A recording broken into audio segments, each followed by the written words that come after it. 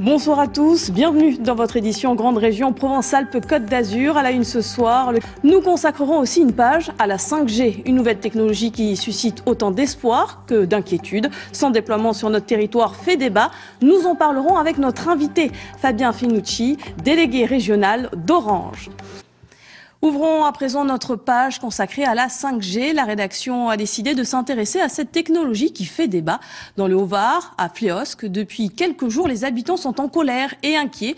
Ils ont appris par hasard que 2 antennes relais 5G allaient être installées prochainement. Une pétition a même été lancée pour alerter la municipalité. Et Hugues Nicolas et Éric Jacquet. Ils ont décidé de passer à l'offensive. Sur le toit de cette résidence HLM, Orange prévoit d'installer 2 antennes 5G. Les habitants n'ont pas été prévenus et encore moins concertés. Un matin, j'ai été réveillé par des bruits de travaux et je suis sorti de mon habitation et j'ai demandé ce qui se passait. Et on m'a dit qu'on posait des antennes 5G. L'installation a déjà commencé au sous-sol et devrait se finaliser la semaine prochaine. Pas de quoi rassurer les habitants qui cohabitent déjà avec 2 antennes 4G. Vraiment inquiète parce qu'on ne sait pas ce que ça va donner sur notre organisme. Ça fait peur. Quand on se dit qu'on va nous mettre ça chez soi, qu'on aura ça 24 heures sur 24, ça fait très peur. C'est la pétition des résidents qui a alerté la nouvelle municipalité. Une déclaration préalable avait bien été acceptée en 2019 par le maire précédent, mais la nature exacte des travaux restait floue. Depuis notre arrivée, j'essaye d'avoir un contact avec Orange, notamment pour le déploiement et de la fibre et de la 5G, et que je n'ai personne. Sans éclaircissement de l'opérateur, la mairie a décidé d'apporter son soutien aux résidents. Nous avons décidé de prendre une délibération, une motion pour demander un moratoire. Ce que l'on aimerait, c'est au moins que ces projets-là soient mis en stand-by dans l'attente de ces analyses et de ces documents scientifiques. Joint par téléphone, VAR Habitat, le bailleur, s'engage à respecter les normes françaises d'émission d'ondes. Reste à connaître les risques sanitaires liés à l'exposition à la 5G. Ils ne seront connus en France qu'à la fin de l'année. Et pour parler du déploiement de cette nouvelle technologie, le délégué régional d'Orange, Fabien Finucci, vient de me rejoindre sur ce plateau. Bonsoir. Bonsoir. Tout d'abord, une réaction au reportage qu'on vient de voir. Est-ce que vous comprenez cette inquiétude ? Je suis d'abord très étonné parce qu'il n'est pas prévu d'installer d'antenne 5G à Fléosque. On a un projet d'installation qui avait été validé avec la municipalité précédente d'antenne 4G, mais il n'est pas prévu du tout d'installer une antenne 5G sur Fléosque. De joindre Orange et pour l'instant, ils n'ont eu aucun interlocuteur. Il y a eu des échanges avec la mairie en début d'année, notamment sur le déploiement de la fibre optique avec un conseil municipal, mais bien évidemment, on est à la disposition de la mairie pour préciser de quoi il ressort. Mais en aucune manière, on installe de 5G à Fléosque pour l'instant. Ça donne peut-être l'occasion de préciser dans quelles circonstances, pourquoi on installe la 5G. On va y revenir justement sur le déploiement. On parle, c'est vrai, beaucoup de 5G en ce moment. Et concrètement, qu'est-ce que ça va changer dans la vie des gens ? Alors la 5G, il y a 3 caractéristiques très différenciantes par rapport à la 4G. D'abord, la plus connue, c'est le débit. La 5G, elle sera grosso modo 10 fois plus rapide que la 4G. Deuxième élément, c'est ce qu'on appelle la latence, le temps de réponse du réseau. La latence, le temps de réponse du réseau de la 5G, il est plus rapide que l'être humain. Et ça ouvre des perspectives extraordinaires, notamment dans le monde professionnel, le monde de la médecine, le monde de l'industrie, l'automobile.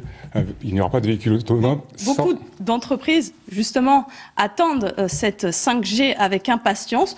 Nous sommes allés à la rencontre de 2 d'entre elles. L'une travaille dans le domaine de l'édition, l'autre dans la robotique. Regardez ce reportage de Sophie Acarias et Emmanuel Zigné. On en reparle juste après. On a ici toute la partie support avec le support radiologie. Ensuite, le support établissement qui sera ici. Dans quelques mois, Softway Médical va déménager. Des bureaux tout neufs pour l'entreprise éditrice de logiciels de santé. Ici, la DSI, avec la salle informatique, le data center qui sera situé ici. 400 salariés à Méreuil et 250 autres ailleurs sur le territoire.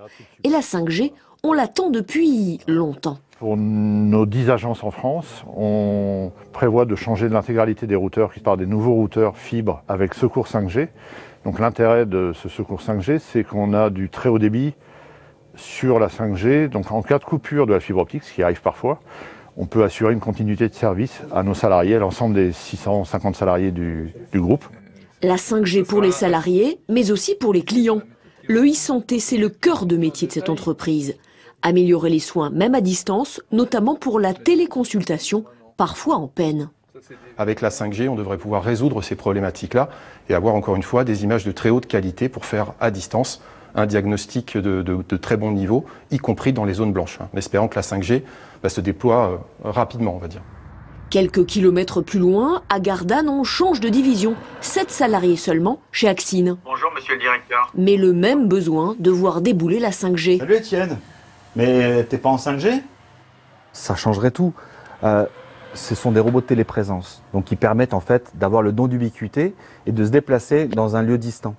Et avec la 5G, on aurait une qualité d'image et une latence réduite qui permettrait d'avoir une expérience utilisateur extraordinaire. Utilisés notamment pour aider les enfants malades à garder le contact avec leurs écoles, les robots de téléprésence pourraient voir leur utilisation s'envoler avec la 5G.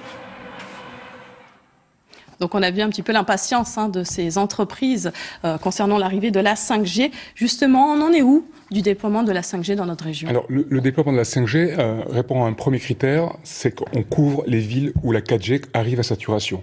Il y a un tel usage de la 4G par les Français avec ça, que dans quelques villes, quelques grandes villes, on commence à arriver à saturation. Les autoroutes de la 4G sont saturées parce qu'on utilise beaucoup de choses par comme Marseille, Nice, Toulon, Cannes.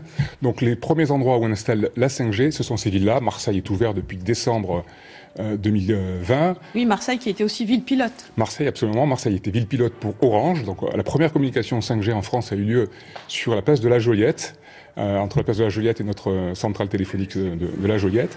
Voilà, donc Marseille était un petit peu en avance, mais voilà, on poursuit sur les principales villes de la région, notamment pour répondre à ces besoins de... Quels sont les autres critères? Vous parliez de plusieurs critères. Alors le premier critère, donc, c'est la saturation. La saturation du réseau, la densité urbaine, parce que évidemment, plus c'est dense, plus on a de besoins. On vient aussi installer la 5G sur des sites pour compléter la fibre optique. Hein. Mais voilà, à date, pour l'instant, on déploie sur les principales villes. On va élargir progressivement. C'est un peu un déploiement en tâche d'huile, si je puis me permettre. Et très vite, parce qu'on a peu de temps, est-ce que au niveau du tarif, ça risque de changer pour les téléspectateurs qui nous regardent? On est sur les mêmes ordres de grandeur. Vous savez que les tarifs des communications en France sont très peu chers. Hein, j'insiste sur ce point-là. C'est très très bon marché et la 5G sera très abordable pour nos concitoyens. Merci beaucoup Fabien Finucci d'avoir répondu à nos questions sur la 5G.